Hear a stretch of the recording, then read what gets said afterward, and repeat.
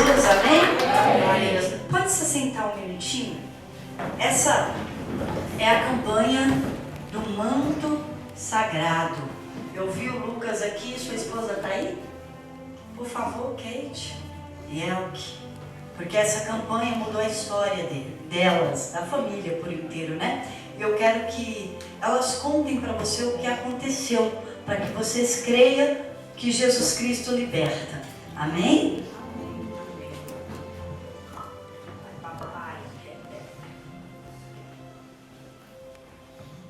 Salve a igreja com a paz do Senhor. Amém. Que luta para chegar hoje, hein, pastor? Pois é, cada testemunho para glorificar a Deus. E eu já falei pra mãe, nossa, hoje inicia a campanha que nós duas somos libertas e que a nossa história mudou.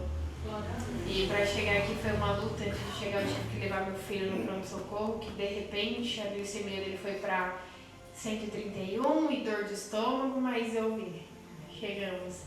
E eu lembro que a gente chegou já na campanha do manto. Já tinha iniciado, né, pastora, a campanha do manto? Eu acho que sim, mas conta como vocês chegaram. A minha mãe chegou carregada. Ela estava dando muito trabalho em casa, eu fui para casa da minha madrinha para esfriar um pouco a cabeça, eu e o Lucas. E eu comentando com a minha madrinha, ela pegou e comentou com a minha prima, a filha dela. E a minha prima comentou com a obreira Karine, que faz a unha dela. E aí a minha prima me ligou e falou assim, ó, terça-feira a gente tem um compromisso. Descobriu uma igreja, ela também não é dessa igreja. Descobriu uma igreja, a gente vai levar sua mãe lá. E a gente já veio de uma igreja e a gente já sabia que era demônios, que depressão são demônios, né? Vou falar assim bem claro. E que tem cura. E a minha mãe estava vindo de um ponto onde a gente sentava na mesa para tomar café da manhã e aí enfiava o garfo na mão. A gente já não dormia mais. O Lucas segurava ela no colo e eu passava o sabonete porque ela não ficava em pé para tomar banho. Ela não levantava da cama para comer. E tinha dia da gente dar remédio dobrado para ela, de tanto trabalho que ela dava. Já dormia, eu falava, vamos dar mais um para dormir mais, porque a gente já não aguentava mais. E ela foi pro hospital, no Pirajussara, né, mãe, onde ficam os lobos.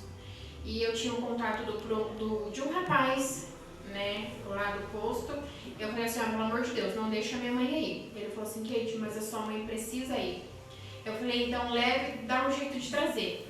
Só que passou um tempo, eu comecei a querer internar minha mãe, porque já não tinha mais situação dela ficar em casa. A gente não podia deixar a faca na gaveta, porque ela tentava se matar. Eu dei uma boneca pra ela, meu pai nem deixa essa boneca aparecer em casa. Eu dei uma boneca pra ela e a minha irmã mais nova tinha ido embora. Ela casou e foi embora. E a minha filha do meio era bebezinha. Ela pegava a roupa da minha filha do meio, colocava na boneca, arrancava o seio pra fora e amamentava a boneca falando que era a minha irmã que tinha ido embora. E ela falava que a boneca falava com ela. Quando ela surtava, ela falava que tinha uma coroa na cabeça dela. E que a boneca falava com ela, que eu queria enlouquecer ela mais e que a gente não ia ajudar ela, que a gente que estava mentindo pra ela e a boneca falava a verdade. E aí a gente veio pra igreja, chegamos na campanha do manto. No dia que a gente veio pra igreja, minha mãe não se lembra. Fomos antes na minha prima, tomamos café e ela não lembra nada. A gente tirou até foto e ela não lembra. E aqui, no primeiro dia que ela veio, ela já saiu andando. A pastora falou assim, quem não consegue sair do lugar? E ela sem consciência nenhuma, ela levantou a mão, porque além dela estar cheia de demônio, né? Ela estava dopada de remédio. E aí ela levantou a mão, oraram, e no primeiro dia que a gente veio, ela já saiu andando, ela já foi voltando aos poucos fazer as coisas de casa. E a gente pegou o voto da campanha, o pedacinho de pano da campanha do manto, e ela colocou no seio. E ela começou a manifestar e eu tenho até hoje. E ela começou a manifestar falando que ela tentava, Satanás vinha assim, falava que queria arrancar o pedaço do manto que estava no seio dela porque estava queimando. E aí ele ia e vinha. E chegou um dia que a gente estava sentado na mesa, ela enfiou o garfo assim, em cima da mão olhou pra mim e falou assim, hoje eu vim pra levar ela. E foi, tipo, foi embora, assim.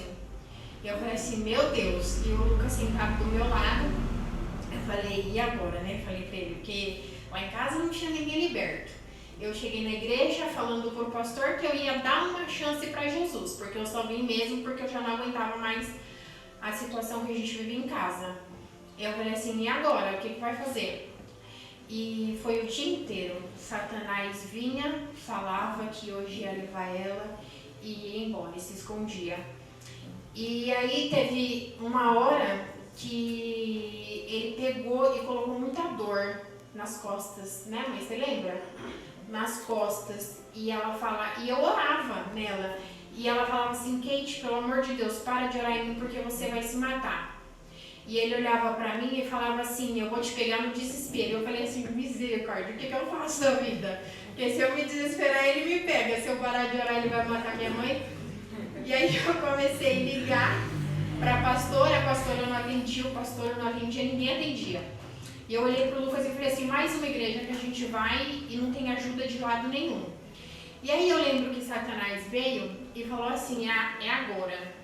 E minha mãe ficou branca, a minha mãe não tinha mais pulso. E eu lembro de ter mandado assim no grupo da igreja, alguém me ajuda porque a minha mãe morreu. E ela já não tinha mais respiração. E ela ficou ali nos braços do Lucas e eu falava, olha Lucas. E ele colocava a mão nela assim e ela já não tinha mais pulso, a boca dela ficou branca. E aí eu lembro que eu liguei pro presbítero, que era da igreja, e ele orou. Na hora que ele orou, minha mãe deu um grito assim e falou assim, seu desgraçado. Eu falei, misericórdia.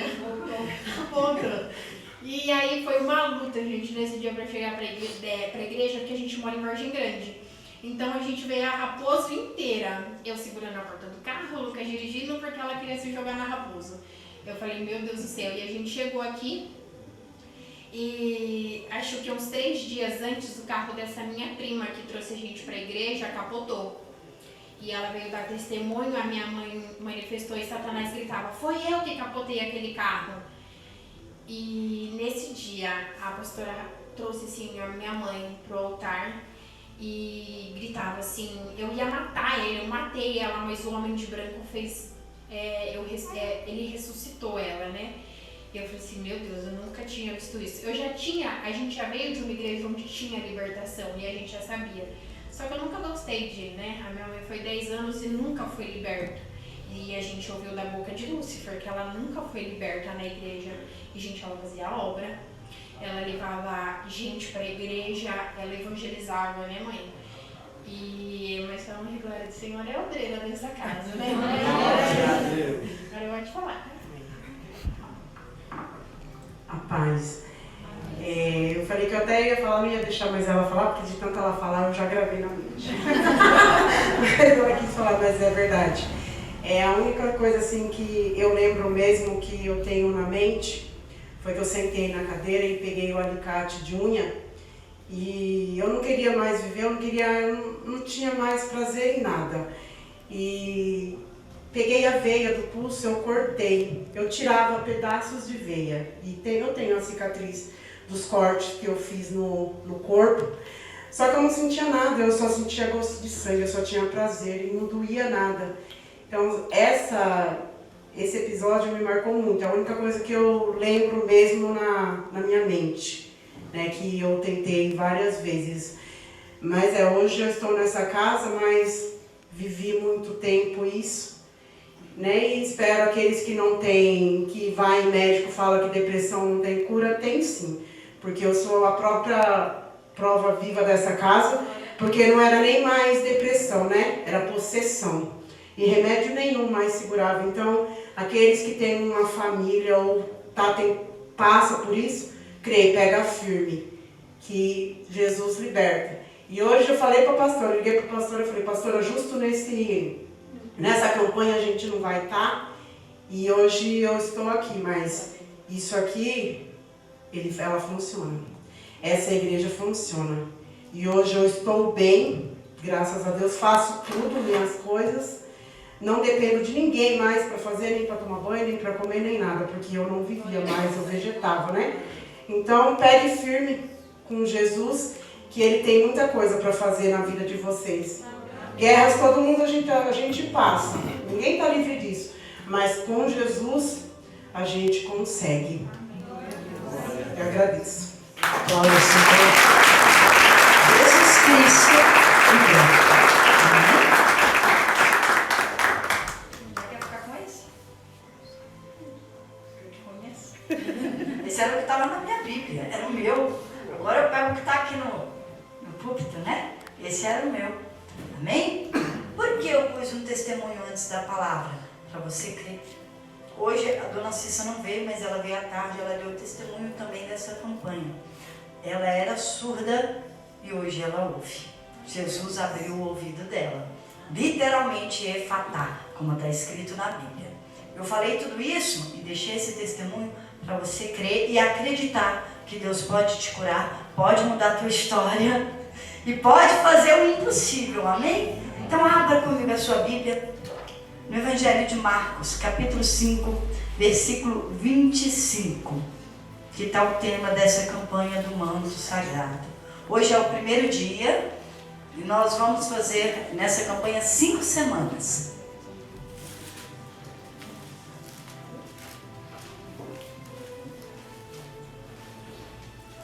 Marcos capítulo 5, versículo 25.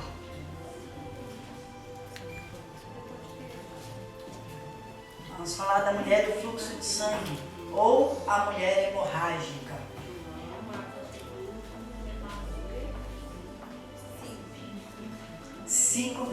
Marcos 5, 25. Vou ser bem breve na palavra, para a gente fazer a oração forte. Diz assim a palavra do Senhor. Se você não está achando a Bíblia, olha aqui. Amém? Diz assim: e certa mulher que havia 12 anos tinha um fluxo de sangue e que havia padecido muito com muitos médicos e despendido tudo quanto tinha, nada lhe aproveitando, isso antes indo a pior. Ouvindo falar de Jesus, veio por detrás entre a multidão e tocou na sua veste, porque dizia: se tão somente tocar nas suas vestes, sararei. E logo se lhe secou a fonte do seu sangue, e sentiu no seu corpo estar já curada daquele mal. E logo Jesus, conhecendo que o poder de si mesmo saíra, voltou-se para a multidão e disse: quem tocou nas minhas vestes? E disseram-lhe os seus discípulos: vês que a multidão te aperta, e dizes: quem me tocou? E olhava em redor para ver o que isto fizera. Então a mulher, que sabia o que lhe tinha acontecido, temendo e tremendo, aproximou-se e prostrou-se diante dele e disse-lhe toda a verdade.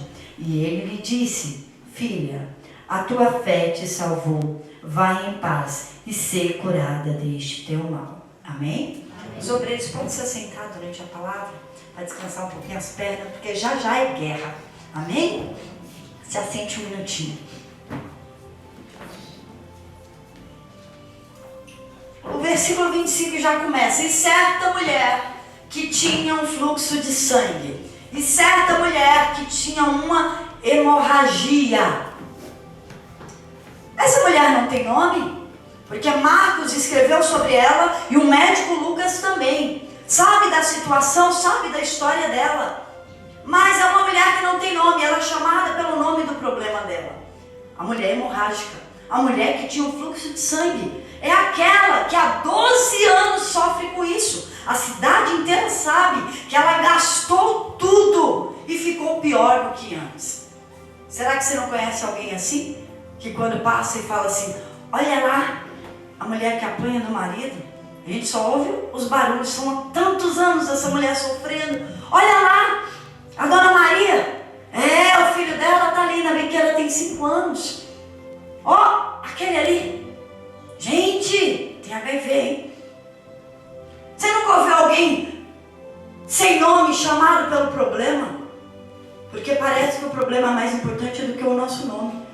Mas Jesus não acha isso não. Jesus dá mais importância para você do que para o seu problema. O que Ele quer? Sarar.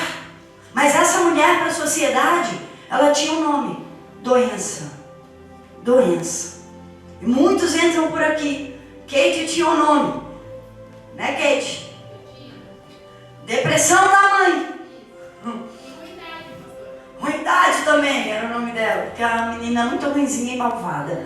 Hoje ela é obreira dessa casa, a glória de Deus, e ela tem o caráter de Deus, transformada, né? Então você é conhecida pelo nome do problema. O problema dela chegou na família, que chegou na outra, que chegou na manicure da família, e a manicure falou: opa, eu sou obreira lá na minha igreja, tem libertação, vamos lá. E trouxe, arrastou. Então chegou pelos problemas. Chegou um problema, ela falou: depressão? Eu sei que Jesus resolve depressão. Então seja o problema que for, Jesus resolve. Ele levou sobre si as dores, enfermidades e todo o nosso sofrimento. Então essa mulher ouviu falar de Jesus. Já tinha perdido tudo. Não tem mais dinheiro, talvez nem família. Por quê? Porque era imunda, ninguém podia ficar perto na época. Não é como hoje. Então essa mulher estava sozinha, desamparada e conhecida pelo nome do problema. Eu imagino que todo mundo conhecia ela e sabia o que ela tinha, porque Marcos escreveu. Então ela ouviu falar de Jesus. Mas eu fiquei impressionada porque foram 12 anos. 12 anos perdendo sangue. 12 anos perdendo vida, perdendo saúde. E ela está viva.